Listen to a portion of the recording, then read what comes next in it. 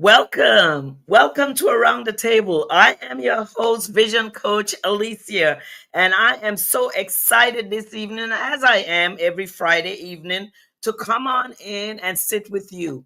So let's get started tonight by you grabbing someone, a friend, letting them know we're on the air so that they could join us tonight because I am excited as always when it's Friday. This is a place for authors, coaches, speakers, and entrepreneurs. And every Friday night, I have a guest. What are you drinking tonight around the table?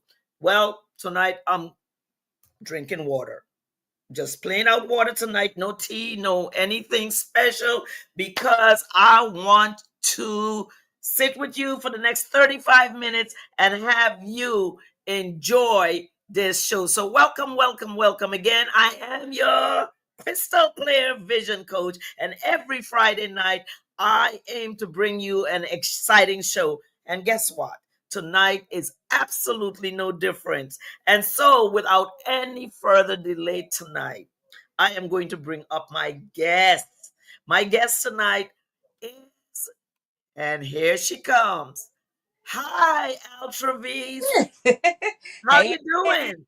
I am doing phenomenal. How are you? Great. You look phenomenal. Ugh, I love what you have on. I love your background. Come on, you are the voice coach, the unmuted coach, and I'm so excited that you chose tonight to become real unmuted. So, Altravis, you and I met probably about 7 or 8 months ago in the Virgin Islands, Yes. and we got to know each other a bit. We spoke on the same platform. We had a great time, getting to know each other. And so, guess what?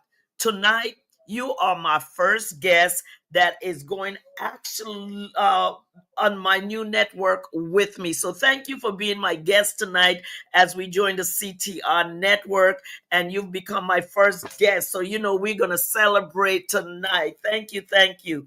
So listen, I don't do bios and all of that stuff on this show, but what I do is allow you to become comfortable with me and with the show and our conversation. So let's start the conversation by you telling the people in your own words who you are.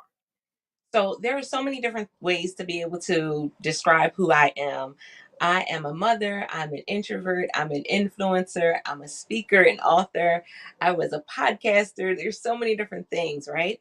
But at the core of who I am is I am a woman of God who decided that, you know what, my yes was going to be yes when it came to me helping other women become unmuted. And whatever that looked like is how I stepped forward in this industry. So it's been, doing interviews. It's been writing books. Currently have 23 books published. It's been Hold up, hold going up, hold up. You have how many books? 23 books published. Yes. Wow. Okay, keep going. It's been me stepping in the line of fire as an intercessor and being able to stand in the gap with women that have been through homelessness, abuse, domestic violence, um, loss, grief, so many Yes. different things, and being able to help them take what it is that they've gone through and become unmuted and sharing their story. Now, it's interesting because for some women that meant publishing a book. For some women that meant becoming a speaker. For some women that meant just starting a business, or it meant just being able to comfortably tell their story. But for whatever it was, I was put in a position to be able to be that catalyst for them to be able to become unmuted, and not just become unmuted, do it in a way where when they look back, it's like, oh, now I see why I went through that. It was so I could help the next person out. Wow. Wow. So let's just dial back a little bit. As I was reading some things about you, as I wanted to get to know you a little bit better, I realized that you came from a background of retail and management. And in doing those things, now where you are, I see that you're able to implement some of those skills, the people skills. Although you say you're an introvert, I'm trying to figure it out. But If you say you are, I'm going to try to go along with you. I don't know, but I'm going to believe you for who you are as the woman of God that you are. But if you say you're an introvert, okay, we'll go with it being an introvert. But in retail, being an introvert could be very difficult. So Very. give me a little bit of your background of your retail and management background before we go further into this conversation tonight. So I've always been in some type of management role. I've always been in some type of retail role. I've worked with different companies from KB Toys to Foot Locker and um, Payless and so many different atmospheres, when it comes to being in retail. One of the Mhm. most valuable things as an introvert in retail is that I'm the person that listens. So where everybody else was just trying to throw, this is the next deal and try this and try that, I was the one who said, okay, so, tell me a little bit about what's going on. And then I go off of that. As an introvert, we do more listening than we do speaking because we're very precise about what it is that we say. Not just that, listen, I don't always like the big crowds. I like to be able to kind of be by myself. So that Okay. one-on-one conversation really Mhm. takes it to a whole nother level. But because of who I am as an intercessor as well, I would be the one where people would come and open up to me. I mean, I could be in any atmosphere, and Yes. people would come and open up and tell me, I mean, their whole life story. And I would be like, oh my goodness, I knew that for me, it was, oh, I need to pray for that person. Oh, I need to give them an encouraging word. And I've even been, I'll give an example, working uh at Payless, and a young lady came in and she just kind of looked like she was just like spacing out. And, I just came over, asked her, how she's doing. And she turned to me and she said, I just watched my best friend get abused by her boyfriend. And I just dropped Mm. her off at the hospital. And I don't know how to feel right now. Like, I don't know what the next step is. I don't know if she's going to tell them that it was him. I don't know. Like, and again, this is somebody who doesn't know me No, at all, you. but because of the presence that I have, she felt comfortable in being able to just say, okay, I need somebody to talk to. Let me go ahead and talk to you. And I was able to give her some positive reinforcement. But those were the type of scenarios that I would come in contact with, even while working in management, even while working in retail. And I'm also one of those type of people that I measure 9 times so I can cut once, Hmm. which definitely is an amazing skill to have in management because Yeah. you're going just off of what looks good or what you saw somebody else do, but you're actually creating the process and Yeah. recreating the process. Creating it. Yeah. And as an intercessor really listens so that they can hear God, because an intercessor prays through something. An intercessor doesn't is not like a prayer warrior who just they're gonna come hit it and they're gone. But an intercessor is gonna come and pray through that person through. So you're very sensitive in the spiritual realm when it comes to that. And that is why I could accept you being an introvert at that point. So that's awesome. Listen, Altravis, let's go here. The shirt that you're wearing, it says unmuted. And we know you are a life coach and you also are the voice. I love that piece about you. You are the voice. And being a life coach without a voice would not have worked for you. So God had to restore your voice. And I know He had to restore your voice. So let's talk about you being an overcomer. So it's interesting because I'm still in the process of overcoming. I Okay. always tell people that it is a process. It's never like you when you get to that end result, it's when you hear God say, well done, my good and faithful servant. Like there's Uh-huh. always going to be something to work on. So being the overcomer has become a process of being transparent about where I am, not being so fixated and idolizing where I'm trying to go, and being able to be clear in hearing God's voice through it all. Come So on. for me, I moved back in back a minute in 2009. I found out that my girls had been molested, Okay. and it sent us into a whirlwind of trying to figure things out. I ended up moving from Philadelphia to Maryland, Hmm. and it Is was that where you are now in Maryland? well, I'm in Delaware now. Just You're moved in to Delaware. Delaware. I've Okay. only been in Delaware for about a year now. Okay. That's been a process. Mhm. Yeah, I can imagine. I um, just came back from the Virgin Islands yeah, last month, so I understand. Go ahead. Go ahead. it's been a process, Yes. but um, moved from everyone I knew because I had to. It wasn't like it wasn't a move where I was like, oh yeah, let's plan to move here. It was literally the day that I was supposed to move into someone else's home. They called me and told me to find somewhere else to go. And so I literally had nowhere to go. And Mm-mm. my aunt, who I was with for, it was 4th of July weekend. I was with her for the weekend, me and the kids. And we drove to Philadelphia, packed up whatever we could fit inside of her truck, and moved to Maryland. And I think I made it back one more time to kind of pick up a few more things, but that was it. So we left it all. Wow. It was difficult because at the time I was, you know how they say, a wounded warrior, Yes. still trying to fight, you still trying to Hmm. battle, you still Hmm. try, but you got wounds, and so you're in pain as well. I had never told anyone up to that point that I had been molested as a child. And Okay. so when I was going through that and trying to help my daughters go through and help them to heal, I hadn't healed myself. I hadn't gone through the process that I was trying to take them through.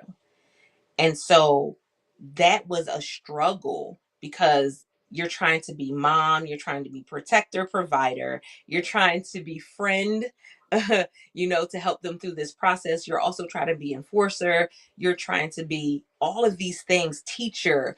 Um, and we wear all of these extra hats because of trauma. Yes. we Yes. we have all these, so that all these battle wounds and things that we're trying to cover up, we have all these bandages on ourselves, and we're walking wounded. And so for many years that was who I was walking wounded. I was showing up with the smile on, with the face, with some makeup or some heels, some cute outfit, or if I could afford a cute outfit, because there was those times where I just barely could afford food. But you show up. Yes. And part of the lesson that I was able to learn through that is becoming unmuted does not mean I have to show up with a mask on. Come on. Go there for a little bit. And that's what most people think when Hmm. they think becoming unmuted and telling people about ourselves mean I have to be loud. I have to be arrogant. I have to be prideful. No, no, no. Being unmuted means I am comfortable in telling you that I'm not okay. I'm comfortable in telling you that I'm not perfect. I'm comfortable in telling you that I failed at something. I'm Mm. comfortable in telling you, not because I want to stay there, but because I know that this may be where I am right now, but it doesn't have to be where I am tomorrow. Come on. Listen, you are listening to Around the Table. Over here we have, hi Marisa, thank you for joining us. Allison, we see you over there. Thank you for Takima. And there you are, Dr. Joe. Thank you, Karen. Thank you, ladies, for coming in and joining us tonight as we sit around the table. My guest this evening is Coach Altovise Pelzer. And listen, we're going to go into this place. As you see, tag there, it says the voice manager. So tell them what the voice manager is really all about. So the voice manager is getting down and being your battle buddy, right? Being that person that I'm looking out for you, and we're in this together because I need you to understand that you can get through this. You Come can on. take what you have, you can take Hmm. the resources, and you can move forward. The big difference between me and a lot of other coaches was that a lot of other coaches wanted you to learn 9,000 different things, or they wanted you to take this course and this course and learn this process and this process and pay for this and pay for that. And my first thing whenever I work with somebody is, no, let's start with what you already have. Mm. It's great to get all the new fancy stuff. It's great, but sometimes we get overwhelmed with shiny object syndrome. Okay, Yes, yes. get overwhelmed with all of the cute and pretty stuff and making things nice and having a logo and having a website, and all of that is cute. But what is it that you're actually bringing to the table when you show up? That's Come just like on. people would go and get coaching to become a speaker so that way they can just, because they want to do a keynote, they want to be able to be a keynote speaker. Okay, but can you just be able to properly tell your story Mm. and not tell it from a place where you're wounded and you're bitter, but can you tell it from a place of being better? Come on. Yes, And so yes, that's so valuable, because when I'm speaking from a place of bitterness, I'm not helping anybody, including myself, yes, because I'm keeping myself on that merry-go-round of, this is who I am. I'm the victim instead of being the victor. You know, Altravis, one of my main things in coaching is I teach healing from emotional enemies through a book. And my t-shirt says, be bigger, be better, not bitter. Because that's the one thing that I found with coaching women, that the forgiveness process, if they don't get into that place, they remain bitter in who they are, and then they shrink. They're no longer who they are called to be. They are so that's why I say you got to become bigger at who God has called you to be. So the process, so when you unmute someone that you're coaching, is it because they're normally like shut down and not wanting to be an extrovert or whoever they may think that they are? So from your, because I, when I read that, I said, wow, the unmuted coach, that was so awesome to me, because as I teach healing from emotional enemies, some of the people that they're so closed down, so shut down, that I have to go through this whole process. And what I teach is similar to you. I teach them, listen, you got to move, acknowledge your past so you could move to the present so that we can take care of your future. And that's how I teach it. So it's so similar what you're saying tonight. I'm getting excited. So as you teach that process and go through that process, the one thing that you said to me is that it's a process, that it does not mean that you have overcame. And so with me, I use the word, it's a journey. It's a journey. You're going to go through a journey, because sometimes there are things that come to try to keep you in that place, like you have to learn that they're triggers Yep.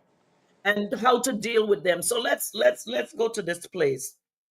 So it's interesting that you would say that, because what I did was I did an anthology, and so Okay. brought together um, a few different people. One of your 23 books. Right. Okay. I brought together a few different people to tell their story of what it meant for them to be unmuted.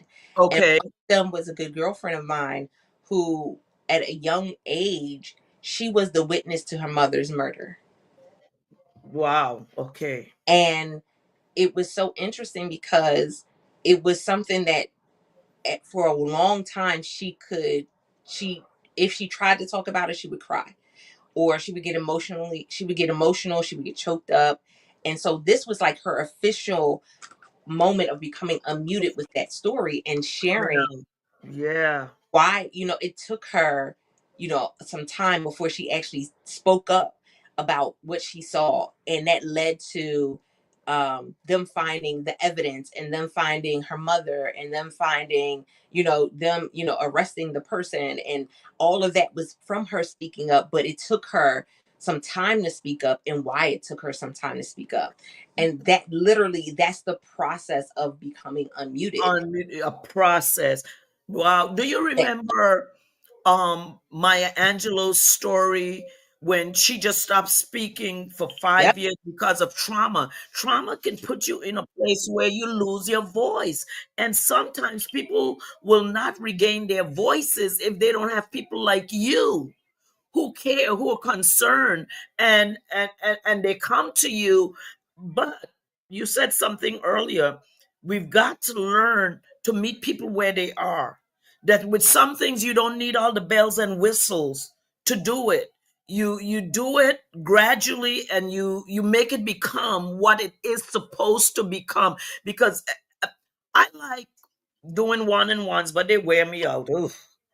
So, you know, in groups, you're a little bit more careful because some people are not as open in groups and don't reveal the whole thing. So you have to use your skill as that coach, that healing coach, because that's what I am in that sense. I'm a vision healing coach because I found out when I started to help people with their businesses, Altravis, that some of them could not get their businesses going and off the ground because they needed to heal.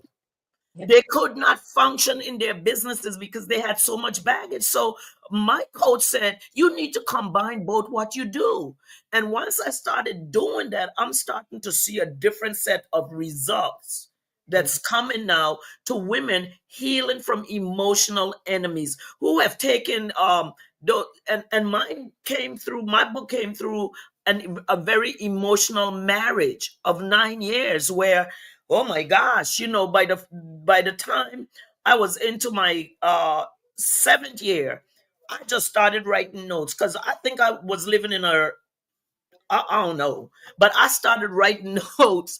And out of those notes for 3 years that I wrote until my divorce was how this book was birthed.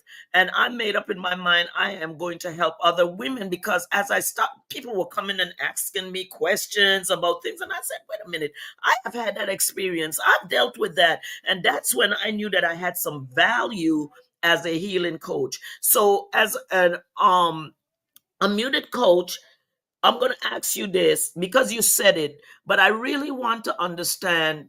Um, you said you lived the molestation. Your daughters also are now in this place of molestation. So, had you told them before or during because of this? Did you tell them what happened to you so you could become unmuted with your situation to help them? Let's talk about So that. that was such a significant situation. My oldest daughter and I were having a conversation about trust. And it was in that conversation that I kind of just blurted it out that I had been molested as well. And in the moment, we just both cried.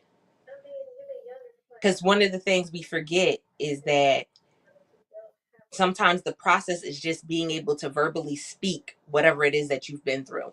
Yeah, We have this really bad habit of believing that if I don't talk about it, then it doesn't exist. correct. If I ignore it, then it never happened. And that's not the case. If you don't talk about it, that's you burying it, and it now becomes a seed. And so now Mhm. that trauma has become a seed, and it affects all different parts of your life because it now has roots in how you see yourself and how you speak and how you think and how you move and how your body has certain aches and pains because of the trauma that you've been through. It goes through your whole system and it goes with you. And while you may think that you're okay, I'm good, you're not. And everybody around you can see it in certain increments. They can see that something's not right. They may not know what it is, but they can see it. See it. Yes. Like I remember somebody saying to me, man, I, you know, I'm glad to see you see you like this. I'm glad to see you like this now. And I'm like, what do you mean? Like Mm, I didn't change anything. And understanding that as you go through that process, you do change. You are going to get better. You're going to listen, you're going to be okay and have joy and have peace. And people look at me now and I'm like, listen, I'll go and giggle and laugh and enjoy myself and I'll dance and do all types of things. But I enjoy my peace as well, Yeah. because I understand what it was to live in a world where I didn't have peace, where I felt like Wow. everything was always chaotic, everything was always, oh, woe is me. I could never get ahead. I was always behind the eight ball. And so being able to go through my own journey and being transparent about it, again, I'm not perfect. I've made all types of mistakes. I listen to Yes. God and be like, God, you really want to use me out of all of these people in the world? Right. You think I'm one of the ones that you want to use? You sure about that? Yeah. Because Wow. Well, God, I wouldn't use me. that's how we are about ourselves. It's a good thing he don't feel about us the way we feel about Facts, ourselves. a hundred Before percent. we go to this next part. Hi, Dr. Nikki. Thank you for coming in tonight. John Mache, I see you there. Thank you so very much. My fearless leader and my coach, Dr. Nikki, is on the line tonight. Karen, I see you. I see you. Judy, I see you. Thank you all so much for tuning in tonight. You can go out and share this broadcast. Let's talk about you and your life as a speaker and an entrepreneur. Let's talk about a little bit about that side of you. So that's the funny part. I did not realize that speaking in the way that I speak was not something that people could naturally do. And the most interesting way that I found out was I had a speaking event where I was speaking in New Jersey for an event. At the time when I was told that I was going to do it, I was supposed to have 45 minutes to an hour to speak. I'm great. I already have, what I'm going to be talking about. Great. Well, other people went before me and they went over their time, like drastically went over their time, which is something that I teach speakers. Like that, Yes. you always pay attention to your timing, but Yes. That's there's a tools no-no. and tips for you to do that. But Yes. that part. So by the time it was the person before me, they pulled me to the side and was like, "Hey, we kind of, ran low on time. You have 15 minutes." So this 45 minute to an hour long speech That you prepared for that I prepared for now 10 has shrunk. before, yeah, 10 minutes before is now shrunk to 15 minutes. Well, I got up and I did it in 9, because that I can do that. That's how my mind works. And when it comes to speaking, you can give me any length of time and I will Yes. be able to go up and be able to present, and people would be like, "Oh my goodness, oh, that was amazing." But that I didn't realize that that wasn't something everybody could do. And do. And Hmm. then, but it was at that event that people were like, "Did she just do that in 9 minutes? What Yes. happened?" And people were like, "No, you had that's a gift. Like, Yeah. wait a minute, that is a Come gift." on. Hmm. And so I said, okay, well, let me go and teach other women, especially women that have gone through trauma, that have gone through abuse and things like that. Let me go and teach other women these little tips and tools. So not only are they not getting up and being the wounded warrior when they're trying to, speak to somebody or minister to someone or just tell their story, but also so they can get in and get out. They can get the information out there that's necessary and needed, and then go ahead to the next thing. Um, the process has been critiqued over time. And Hmm. so I love it. I can be on stage and I always, yeah, Dr. Shamika, who we were connected to, she loves having me host virtually and in person, because she's just like, I know you're just going to kill it. Whenever you get up, you're going to Yes. even when we did the event in Maryland a few years ago, and the electricity went out, and we still went forward. And I remember that. like, you have to understand that when this is your craft, that this is the hill that you stand on, then you're going to do what it is necessary for you to be able to excel in it. And then when it comes to the coaching piece, I always tell this story because this is the one that touches my heart so much. Is when I first started writing, when I first wrote my book in 2016, the very first one, It's Okay to Cry. um I started doing things on live streaming and social media. And one of my aunts was like, I'm so proud of you. oh my goodness, I think I want to write a book. And I was like, great, because we could do this and we're gonna do this. And she was like, wait, wait, wait. She said, I said I wanted to write a book. I didn't say I wanted to write a book today. Wait a minute. Now, mind you, from that point until now, she's actually published 5 books. Wow. But Okay. here's the part that really stood out. In 2020, everybody went through what? The pandemic. Yes. Everybody in the pandemic has on a mask, right? Mm-hmm. At the time, I was living in Maryland, but I was volunteering, handing out food in Delaware during the pandemic, with an amazing organization that's here in Delaware. Absolutely love them. But I'm handing out food, and a woman walks up to me and says, "Thank you." Okay, it's the pandemic, it's stranger danger. I'm an introvert. What are we doing right now? So Yeah. she says, "You don't know me, but your aunt helped me to get out of a domestic violent relationship. And Wow. I know that she was able to do it because you helped her to be able to tell her story." Story in her book. Correct? Wow, that is so awesome, Altravis. Listening, you are joining us tonight on Around the Table, and my guest is the amazing Altravis.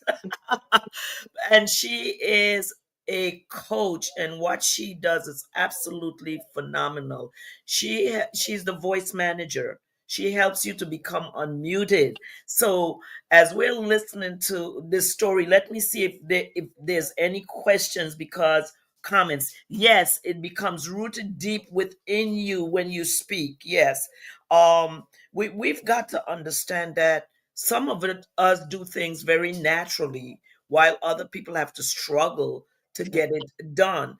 And so for you to write 23 books, that's a natural thing that you do. I'm on my 7th book, and it's not the most natural thing for me to do. I do in spurs. As a matter of fact, Healing from Emotional Enemies, the one that I do the course and teaching with, was my very, very first book. And then have done some other books, but it's not the most easiest thing for me to do. I like to write, but I have to know that it's time for me to write that book. And I've done the anthologies as well, because I love to share women stories. And the first one was actually Superb Woman, and we're getting ready to do Superb Woman 2.0. Yes, we're getting ready to do that. I'm hoping that I can get it done by my 70th birthday in September. So that's the goal for that book. I was talking about it today with someone. So listening to you that you wrote 23 books, it's encouraged me to continue going, because sometimes I get lazy with that part of the journey, because there are other parts sometimes that's more interesting to me. Like I like doing this show. I like speaking on stages. I like, but if I'm going to do that, I need to have a book to sell while I am speaking on stage or doing these things. That's what my coach would say. I remember, oh my goodness, I was going somewhere to speak. Um, and I wasn't taking my books. And I happened to call her and say, well, I'm getting ready. I'm running out of this. And she said, and are you taking your books? And I was like, no.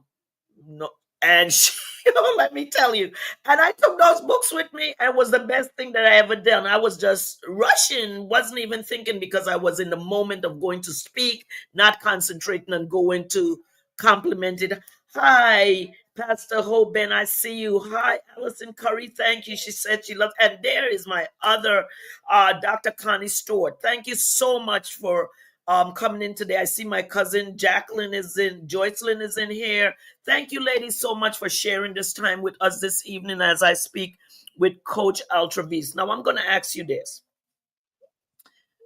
Where are you now with um, the next step? Because as we said, it is a process. Mhm. Where are the girls now with what they've had to deal with, and how do you feel about the progress that you've made with them? Because people don't understand, being abused is really it's very traumatic. And so many, people say to you, what happens in this house stays in this house. So many people walk around being wounded and not saying or expressing their real feelings of the things that they experience. So I'm glad that you found out what was going on with your girls, and I'm glad that you dealt with it. And I'm glad that, well, I'm not glad that you had the experience of going through it, but I am happy that you knew what to do because you experienced it yourself. So just give us an update of what's going on now. So they're doing really well. I think there's always pieces of it where you have to go back to that point and kind of say, okay, God, what other things need to be cut away? What other things need to be uprooted? And you don't kind of understand that until you get to a point where, oh, ow, that hurts. Like, you ever be doing something and you get like, you feel like something's sore and you're like, what did I do to my leg? What did I do to my arm? Why is it sore there? And it wasn't until you tried to move it or use it that you realized it was sore, because you didn't even realize that it was a wound there. Sometimes going through the healing process when it comes to trauma, that's what it feels like. It's Hmm. You don't know until something hits you in that area and you realize that's tender. Yes. That hurts. And you have to be in a place where you can verbalize that it hurts and be able to say, okay, now I need to figure out what I need to do to heal that area. Which is going to be different. It's going to be difficult for some, it'll be easier for others. We also have to understand that there's going to be times where, just like somebody who had something that was broken, and then when it healed, it didn't heal properly. There's times where things have to be rebroken in order for it to be refit, placed back into That position, is good. in order for it to be completely healed. So Yes.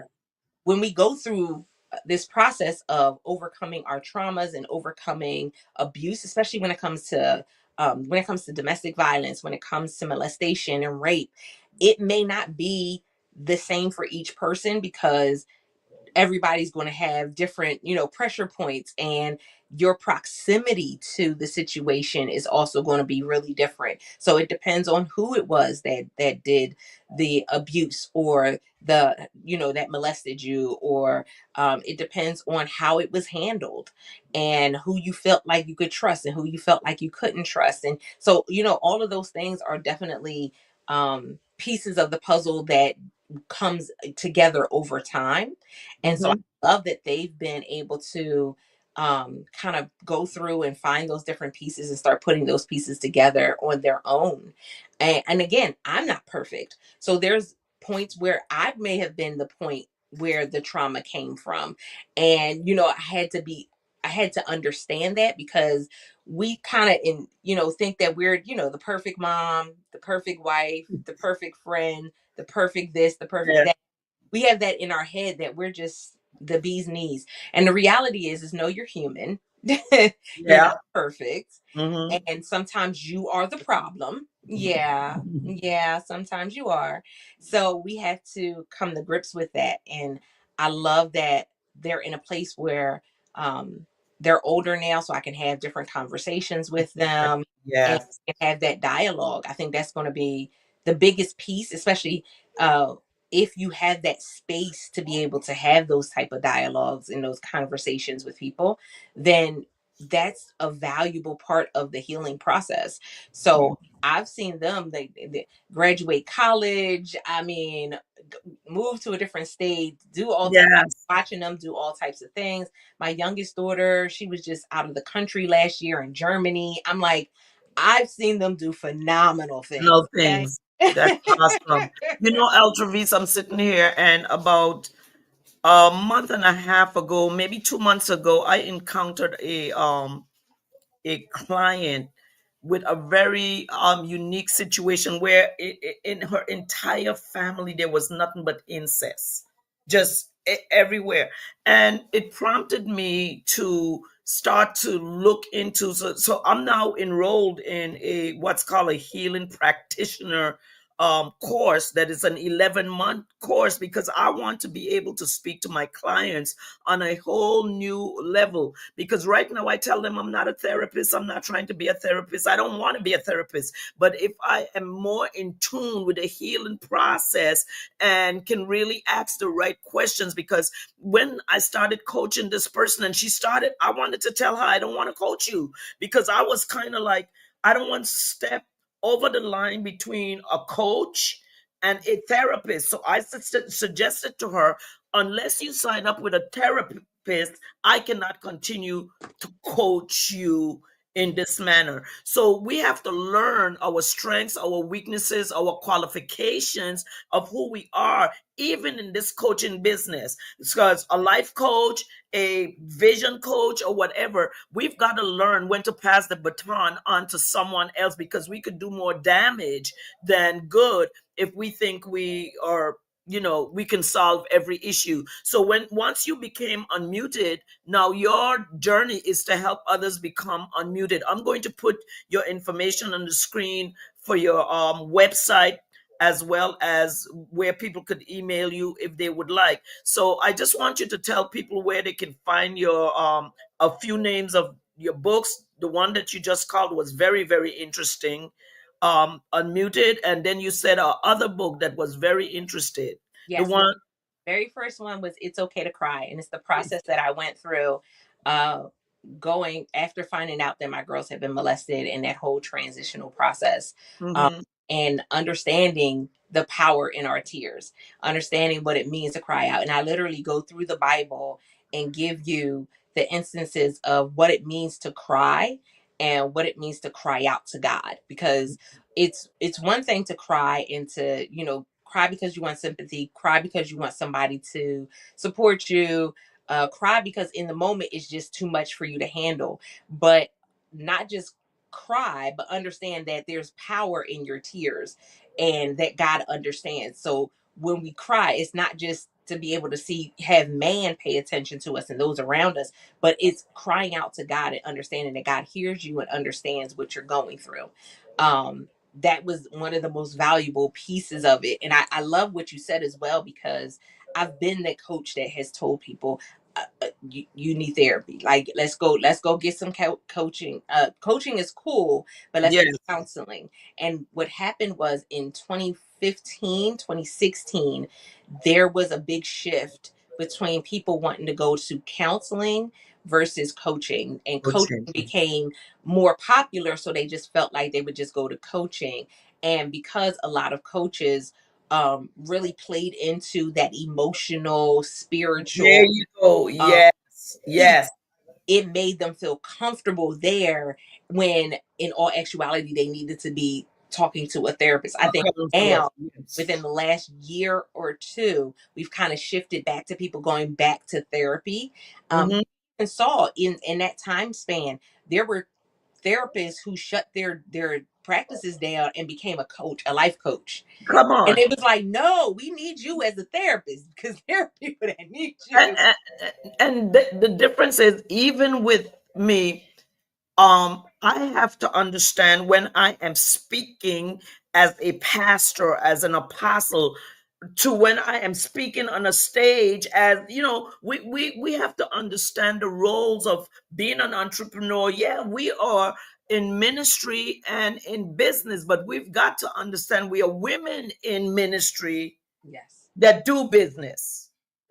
You know, at least that's for me. Maybe for some people, they're in business doing ministry, but I am in ministry doing business. So I have to put first what comes first in my life and be able to separate both of them. So this was really, really good this evening. I am so glad that you said yes to this conversation. Let's see. Hey, Pastor Kaylee, I see you there. Okay, and Coach Ann, thank you. Ooh, this is a long-term friend. Hi, Kurt, all the way in the Virgin Islands. I see you here tonight. Ursula, I see you as well. Thank you all so much for joining us at Around the Table tonight with my very, very special guest. She is the voice manager, Coach Altovise Pelzer. So let's get ready to wrap this up. So now, as we are speaking, you and I are getting ready to speak again at an event, but you will be in person this time. I'll be virtual this time, but we get to share it with each other again. So, what is next for you? What are you doing right now? What is next for you in So your? next is the next book project. That's what I'm working on. Uh, that's going to be an interesting one because it's about change. And woo, man, that's one of them things that we fight. We fight change. We know change happens every single day, all day, with every part of our lives, but we fight it so much. So God has given me some key things to put into a book and a workbook for, people that are going through a season of change, what Mhm. that looks like and how to, kind of manage it and, manage that whole process. The other thing is getting back into speaking. A few years ago, God told me to shut everything down and to kind of pull back. And in that time pulling back, I spent more time fasting, praying. I spent more time studying the word. I spent more time in his presence. And man, stepping in more to, the intercessory piece and um, being able to be a teacher, because that's one of the things that as far as part as the of the fivefold ministry, we always hear people talking about being, the prophet and being a Yeah. pastor, and you don't hear many people tell you that they are a teacher in the fivefold ministry. But that was one of the things that he, brought to the forefront for me because of the type of person that I am and my personality and the things that I like to do. So stepping full force into that and then moving forward. um, I don't know if he'll have me go back into coaching just yet. I'm still trying to figure that piece out. Uh, Okay. but definitely being able to create products and that will help other women as they're, becoming unmuted, helping other women as they step forward into being able to either speak on stages or just tell their story. Awesome. Awesome. Well, Altovise, let me tell you, this was really very interesting tonight. I just want to say this. As we are moving through life and life situations, there is someone out there for everyone. You have to unmuzzle your mouth and not be muted so that you would get what it is that you need at the time that you need it. And so when I realized who you were and what you do, it made me realize that it's okay for me to be who God has called me to be. As I said before, I am someone in ministry doing business. And so my first approach is always the God approach. How am I going to deal with this situation through the foundation of Jesus Christ? And he was a teacher. Yeah. He was a teacher, rabbi. And so it's okay as you enter into this place of being an intercessor to explore the things of being a teacher. Because guess what? Through your 23 books, that's what you've been doing, teaching. Exactly. Teaching and helping people to find themselves and set goals. So, what would you like to say to our audience tonight before we wrap up tonight? Is there So, something that is on your heart that you want to share? yes. So unmuted comes from the scripture Daniel 6:3. Ooh. Because after Daniel had become unmuted, meaning he stood on business when it came to his relationship with God, he stood on business on when it came to his prayer life.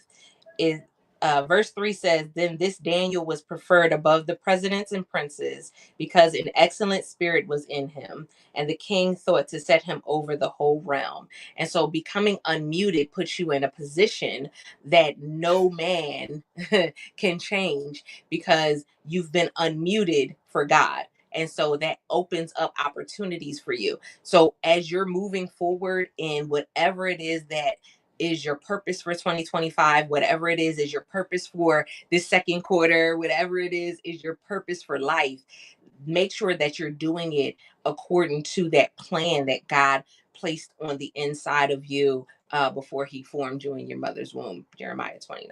So Of course, 29 and 11, 911. Come mhm. on. Listen. Hi, Ishmael. I see you there. Thank you so much for joining us at Around the Table this evening. I am Vision Coach Alicia, and I help women to really have a God's vision for their business and help them to overcome obstacles that will stop them from the business that God has called them to by showing them how to start. START. Simply take another risk today. That's all you have to do. Take another risk because you've taken so many risks before in life, but this time put God in the forefront of your risk. So listen, come on back next Friday night when I will have other special guest with me. Altovise, thank you so much for being here with us this evening around the table. And listen, as my cousin Lorraine always says, have a great day today and a better one tomorrow. Thank you so much for joining us, and we'll see you next week. God bless.